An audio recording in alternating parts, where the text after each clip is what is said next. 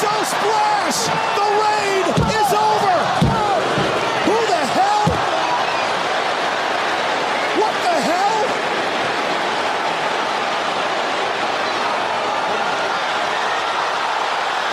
Are you freaking kidding me? Jimmy, what the hell did you do?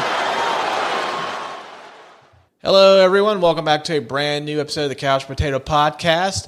And if you just heard the intro on that, Jimmy Uso was involved in the main event at this weekend SummerSlam. Find out exactly what he did and our thoughts on the entire card from this past weekend. So after this brand new Couch Potato Podcast theme song, we present to you our SummerSlam recap.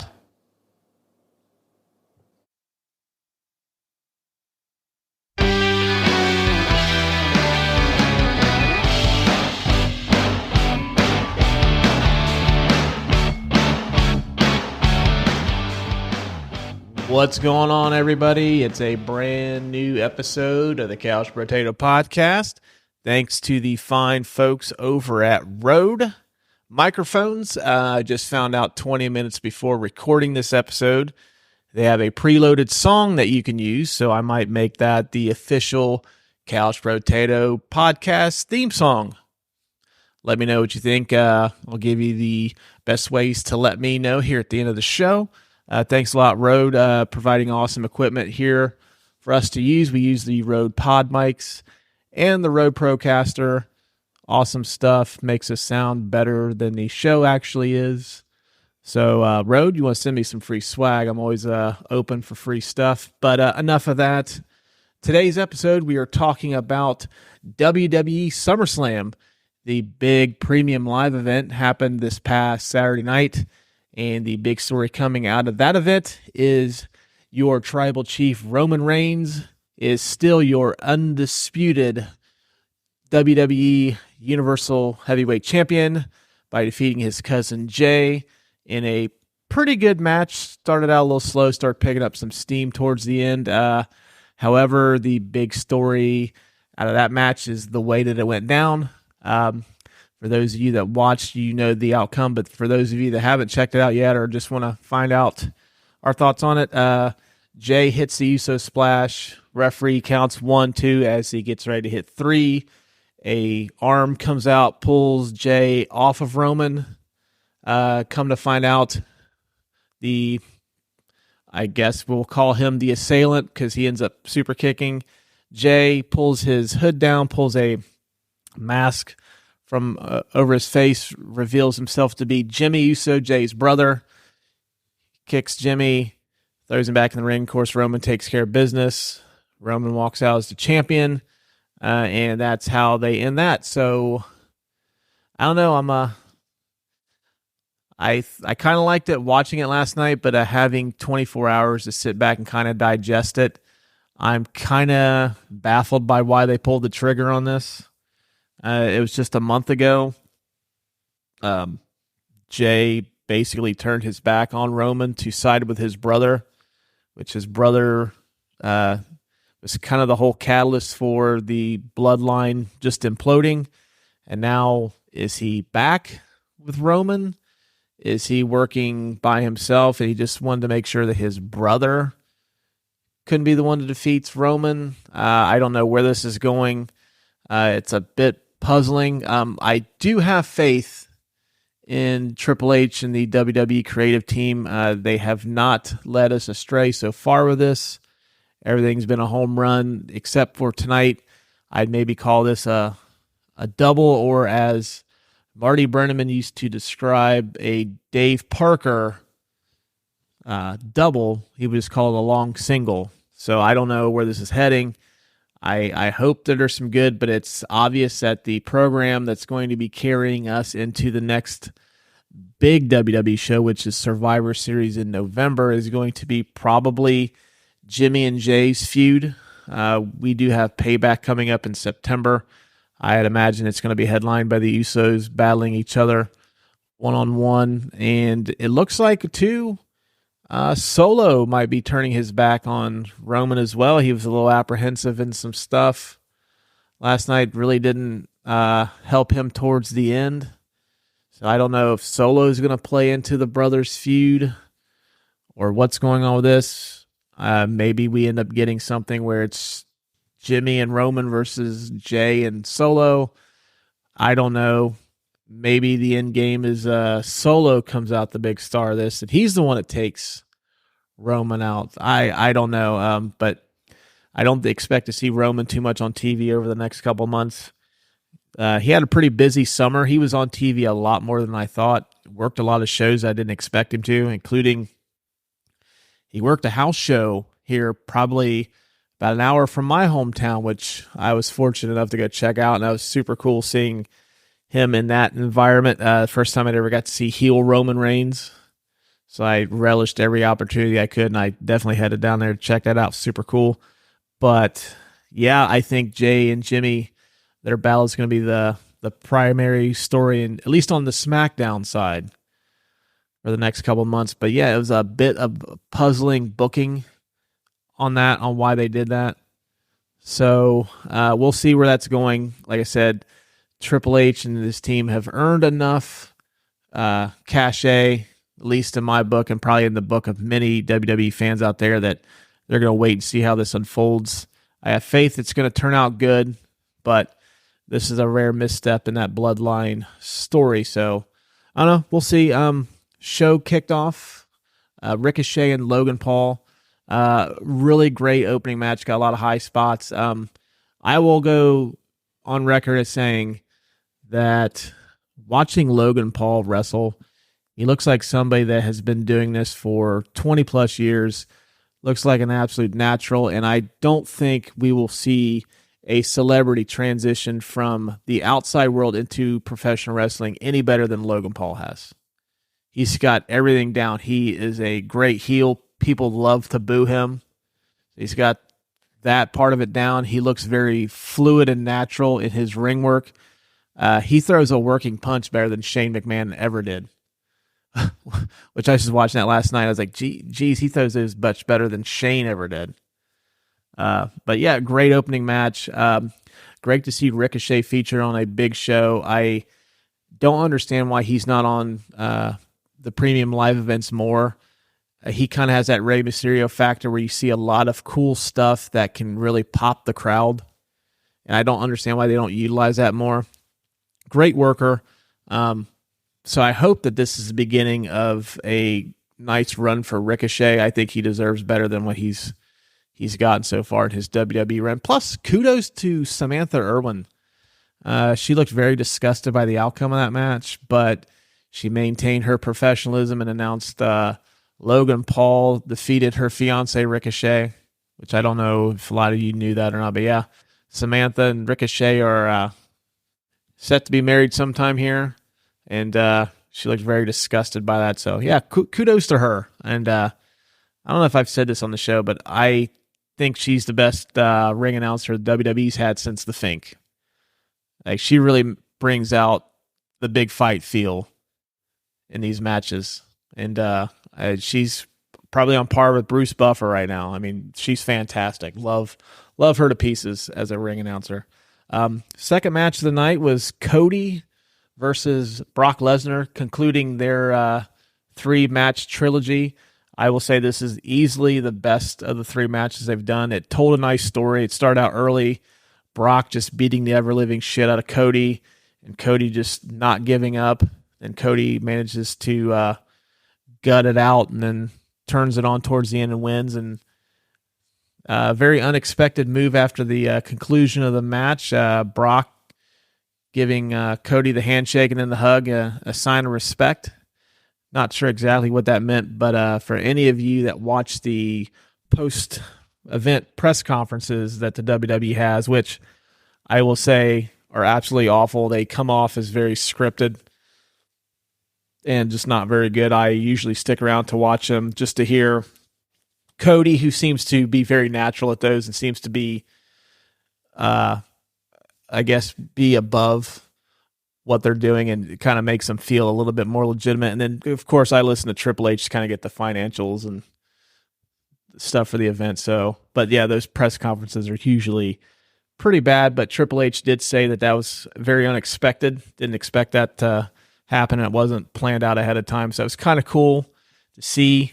And I guess the big question coming out of that match is what's next for Cody.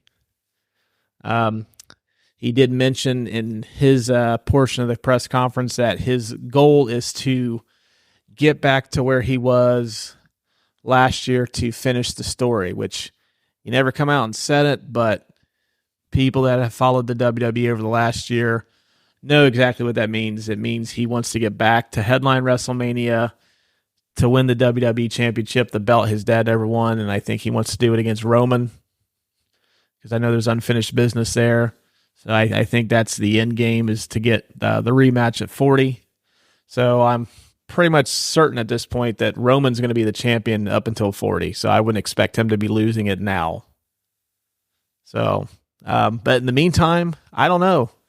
Who does Cody feud with? Does he go maybe somebody younger, like maybe like an Austin Theory, maybe a Grayson Waller, who I think has just unlimited amounts of potential. I think he could be a legitimate great heel, and I think working with someone like Cody would really benefit him quite a bit. Maybe someone like Bronson Reed, another guy that's got just mounds of potential, could use some help on the mic a little bit, but I think that might be a kind of a cool program. Or maybe Bobby Lashley. I don't know what's going on with the Hurt Business. SmackDown revealed Friday, I think it's reforming with him and the Street Profits.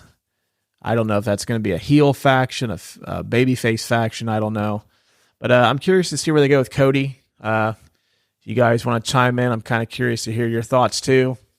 I'll let you know how you can do that at the end of the show. So, Cody and Brock, great match, told a great story. Loved it. It was one of those where it seemed like early on in this card, they were really trying to one-up themselves. The crowd was super hot for these first two matches, too. They were really into it, which was, I think, kind of added to the atmosphere a little bit. But yeah, it was a good opening couple of matches for SummerSlam. I've got SmackDown on the brain, so forgive me on that. We got the Slim Jims 25-man Invitational Battle Royal was the following match, which to nobody's surprise was won by LA Knight, and I think this is now the beginning of his massive push, which I think he's deservedly entitled to. We went to SmackDown Friday night in Dayton, and him and Sheamus opened up the night, and the crowd went absolutely wild for LA Knight. And friends of mine that watched it on TV said it sounded like they weren't piping in much of the crowd noise, which is a problem from time to time. Not so much here as of like the last 6 or 7 months, but there are times where they kind of pipe in the crowd noise. But from what I was told, it sounded very legitimate. Yeah, the crowd was deafening for him. He easily got the best pop of the night. I really expected, I think he gets the next crack at the United States Championship, whether that's Austin Theory or Escobar, which I think they're settling that next week. So I'm probably going to put money on it's going to be Austin Theory to have the heel versus the anti-face. So I would not be surprised to see LA Knight as a champion very soon. Maybe he's going to go for some gold over on the other show. Who knows? But I think that he's going to be a champion very, very soon. And I think big things are in store for him because, I mean, he's just so over. And I was a fan of his work. Even I didn't really watch much Impact. I've started watching that more here over the last couple months. Pluto has a free channel where you can catch up on all the old Impact stuff, so it's kind of nice revisiting some of that stuff. But I discovered LA Knight on NWA Power, where he was kind of had the same gimmick over there, and I just was blown away by, like, he kind of is The Rock and Steve Austin kind of blended together. And I know recently on Kevin Nash's Click This podcast, which is a great show, highly recommend checking that out. Get that most of the same places you can find our show, so check them out after you listen to this. Definitely worth it. But he called him a copycat of The Rock, which I think is a little unfair. A lot of times, some of the best stuff you see from professional wrestling has been borrowed from somebody else and just kind of tweaked a little bit to work for them. And at the end of the day, if this is working for him, people are eating this up. Who cares? I think the WWE needs to build stars. I think Eli Drake / LA Knight has been overdue for a long time. When I seen him in NWA Power, I was blown away that no one had signed this guy before he ended up in NXT. Pretty solid in-ring worker, but he's got the mic skills to carry himself all the way to the top. He could end up being the WWE champion in a couple of years. Who knows? But he won the Battle Royal. Pretty good Battle Royal. I'm a huge fan of the Royal Rumble. I think that's the gold standard for Battle Royals, but it's a little bit different. You don't have all the chaos of everybody being in the ring at one time, which I think kind of bogs stuff down in these a lot of times. Pretty solid Battle Royal. Got a lot of really good stuff from Chad Gable, who I might discuss him in a couple of minutes. Got the fun spot where Omos gets put out by everybody that's left in the Battle Royal. But yeah, really good Battle Royal. Surprisingly, I thought that match was kind of be the cooler after the first two matches, which they seem to do. But speaking of coolers, the next match was Shayna Baszler versus Ronda Rousey in an MMA style match. This match really didn't do anything for me. I think it's kind of hard to try to do a staged MMA bout in a wrestling ring. I just didn't think this gimmick worked. I honestly think that this would have been better served to have the conclusion of Becky and Trish over this match, but the speculation is that Ronda Rousey's done in WWE, at least for the time being. So I guess if you're going to have Ronda for one last match, you may as well do it on a big show. And they obviously weren't going to take out the women's title match for Becky and Trish, so I guess this was the match to do it. But just match didn't really work for me. At the end of the day, I think this is probably the weakest match on the card. I know that there's been videos on the internet of people walking out, taking the bathroom break during this, which I did the same, guilty as charged. Not a fan of either one of these performers. Ronda, I think her return has just been kind of a dud. I think she was really exposed for what she lacked in this second time.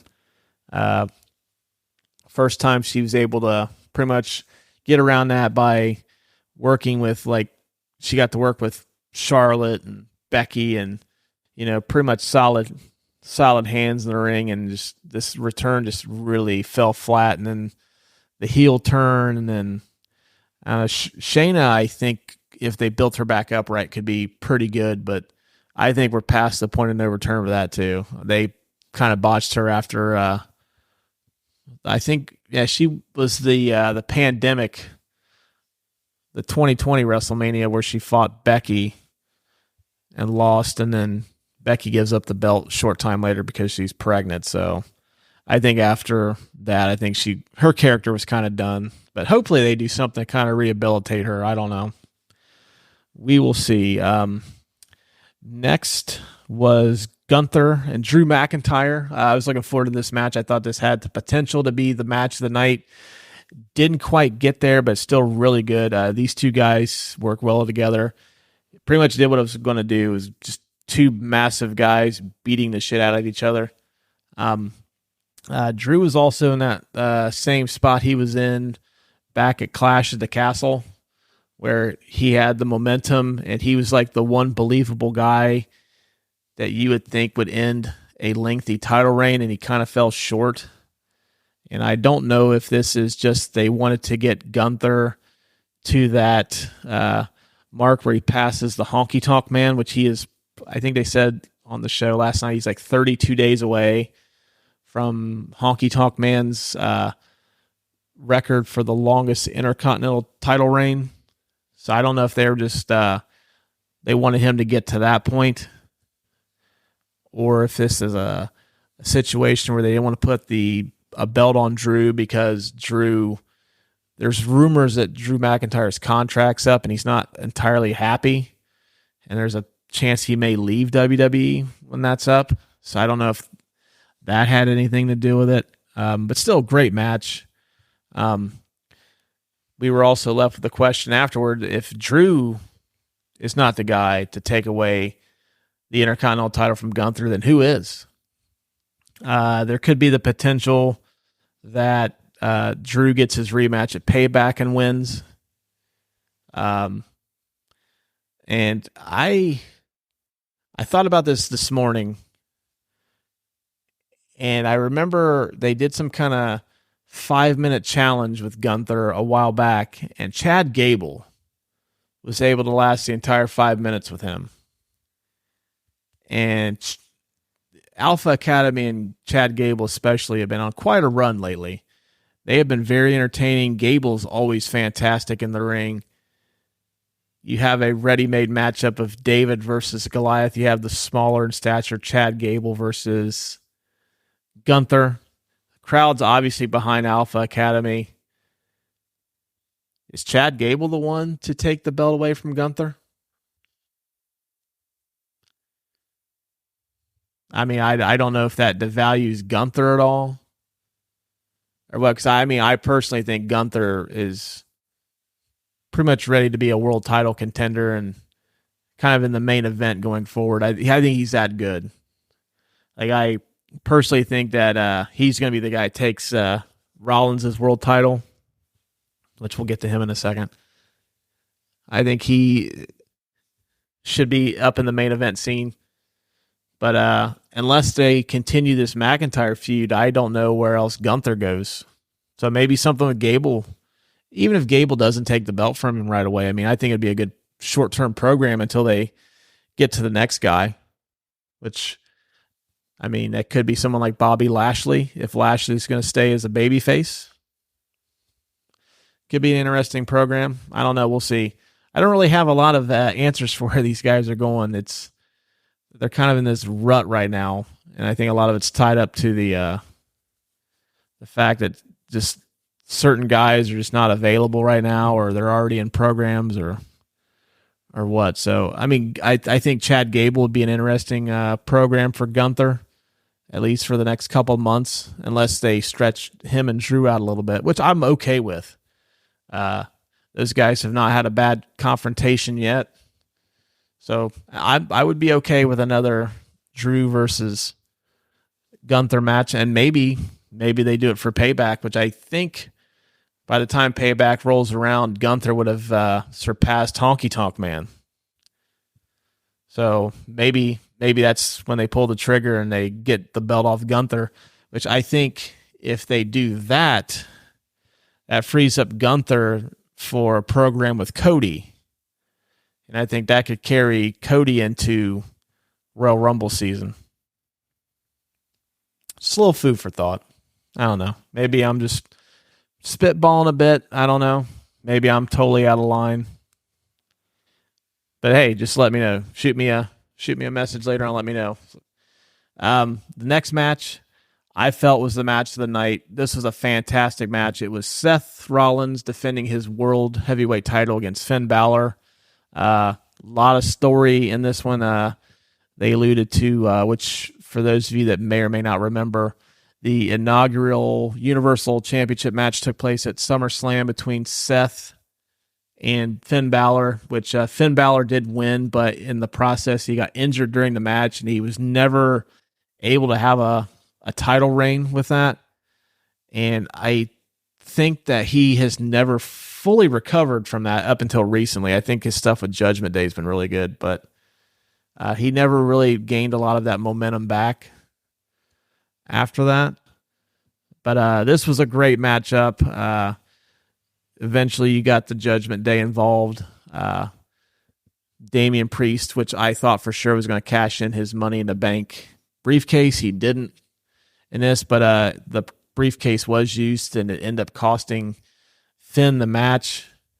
But I will tell you, I thought for sure that the Judgment Day was going to be pretty much left for dead once Edge jumped ship.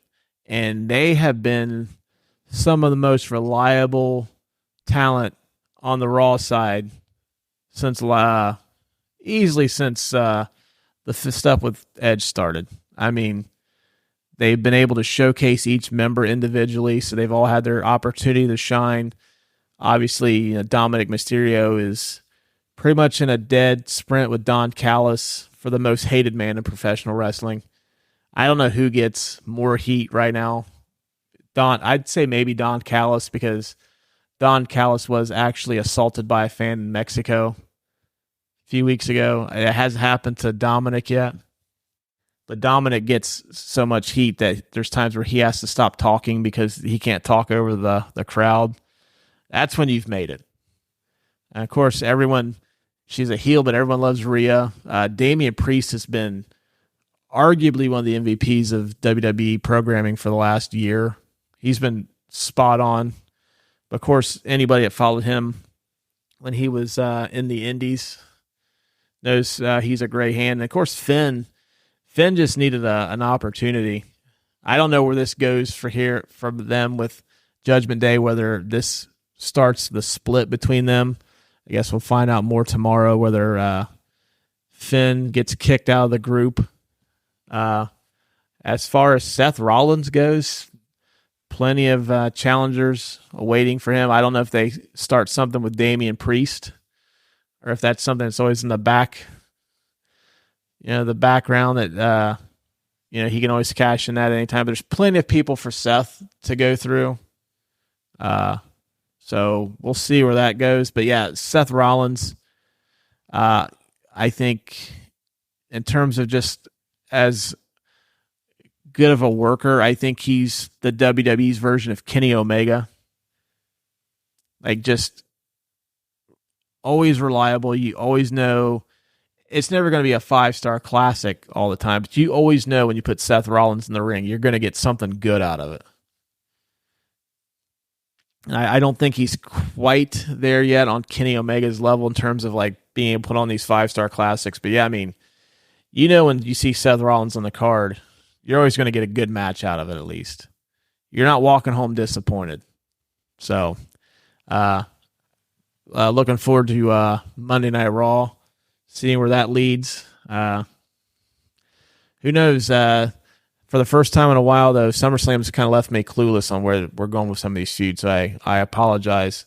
But yeah, I hope you guys and gals chime in, send me some tweets, some Facebook messages, some emails.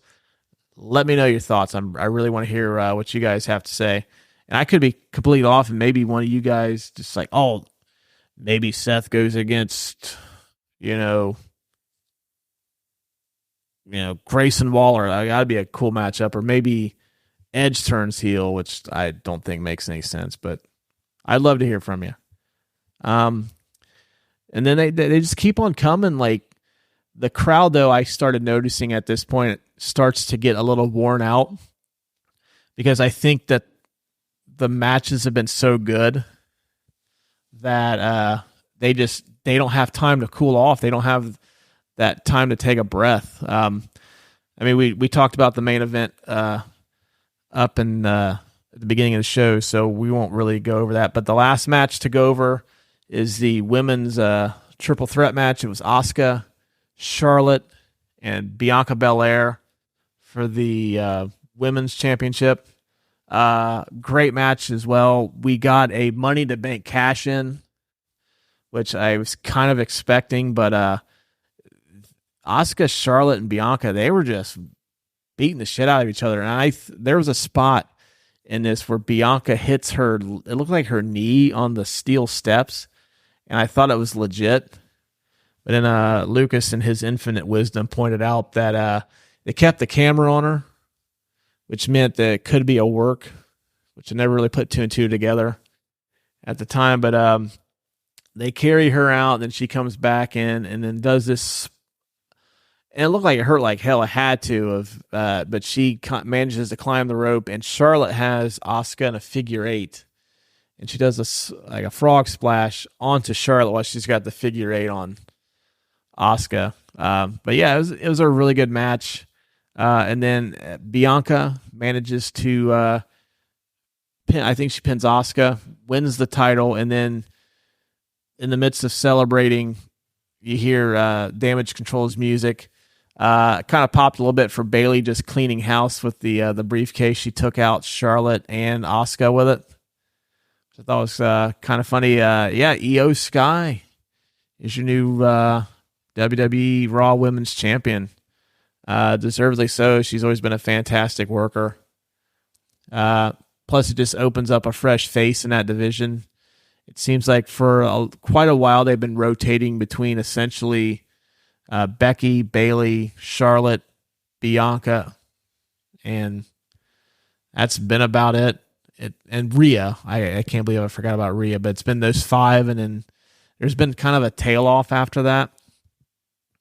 So it's nice to get a little bit of a fresh face in there. You get some fresh feuds in there.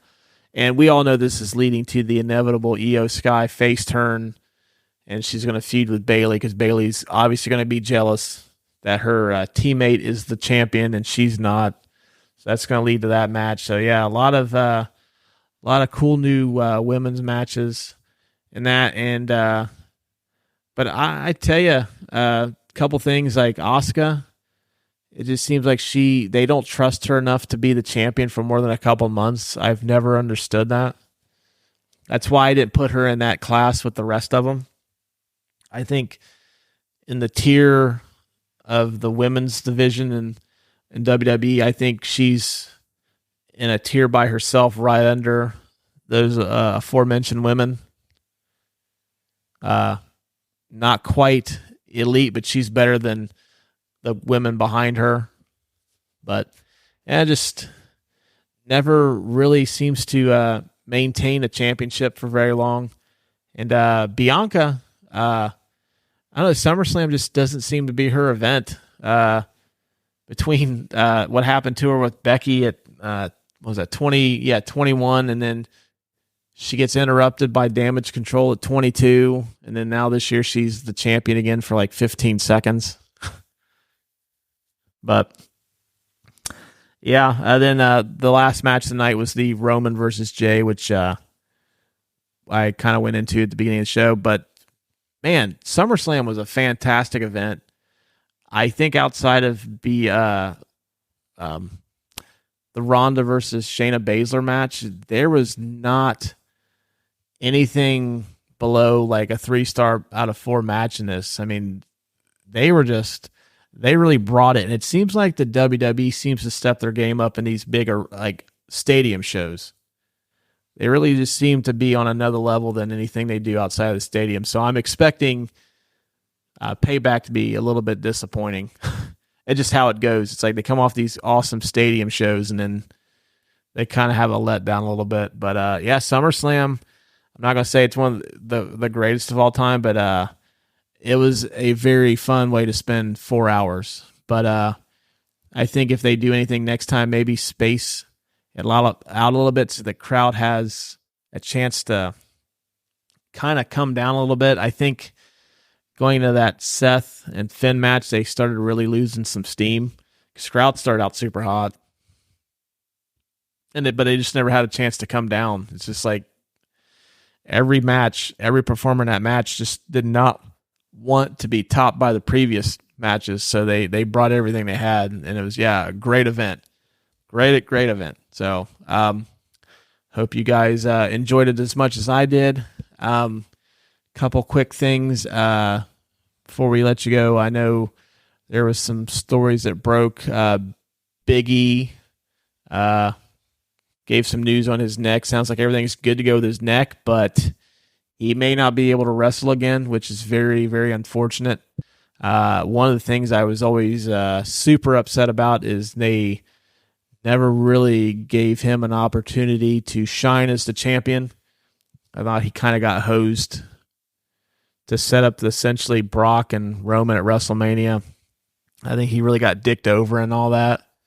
And unfortunately, he had his neck broken short time later. So be very unfortunate if he doesn't step foot in the ring again. However, I think he definitely will have a spot in WWE, whether he's a commentator or what, I don't know. But I'm glad that he's at least doing okay. So, I mean, if the worst that can happen is we don't get to see him in a ring anymore, but he's able to live a full and healthy life, then, I mean, I would take that trade-off 7 days a week, twice on Sunday.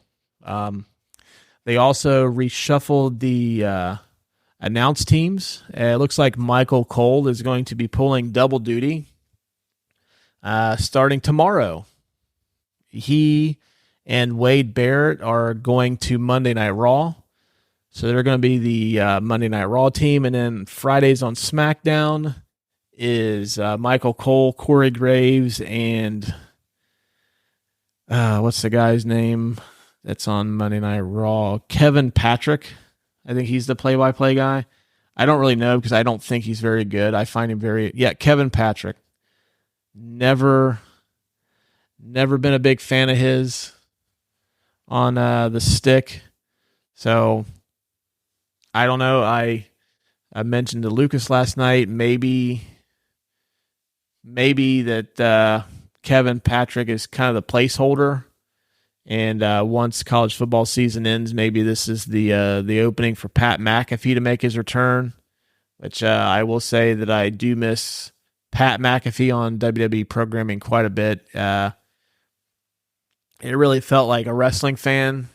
One of us was doing the show with Michael Cole, and I really think that he made Michael Cole better because Michael Cole has never been as good as he's been right now. Like, I am blown away by his commentary, and it just, I don't know if it's the fact that it took someone like McAfee to bring it out or just one of those things where you kind of take him for granted. But yeah, I'm curious to see where this goes. Wade Barrett has been a great replacement. I always thought he was a great commentator, even when he did the stuff with NWA Power. So I don't think Raw loses anything with that trade-off. I think they gain. Corey is always solid. But yeah, I don't know. We'll see how it affects the shows at all. One last thing, I know there was a rumor that Randy Orton was going to make his appearance at WrestleMania, or not WrestleMania, SummerSlam. He did not show up. There was news that broke that he's looking good, but he's not even begun training yet to get back into the ring, so it might be a while before we see Orton. Hopefully soon. I miss the Viper. I think if he's ready to go, I think that could be a Royal Rumble program for Roman Reigns and like a legitimate threat for someone to take the title off of him. Or he could be somebody that works with Cody too. That's the great thing about Randy Orton is just you never know what side he's on, and he could easily slide into the heel or the face role and just be good at it. So hopefully we could see him sooner rather than later. That's about it. Yeah, good weekend of wrestling. Didn't get a chance to check it out yet, but heard AEW Collision was pretty good, which I don't know if you guys and gals watch that, but I think consistently since it's been on, AEW Collision's been the best wrestling show on TV. They seem to be very focused. Not a lot of fat. They seem to revolve the show around probably about 10 or 12 different performers, which I think is good.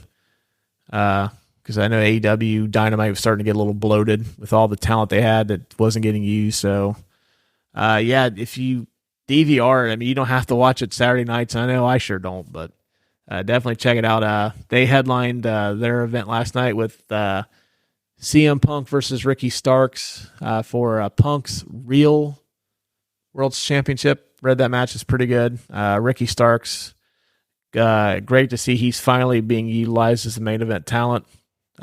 He's got everything that you would want in a main event wrestler. Does not lose often in promo battles. Phenomenal in-ring work. I think he has everything that you need to be a top guy.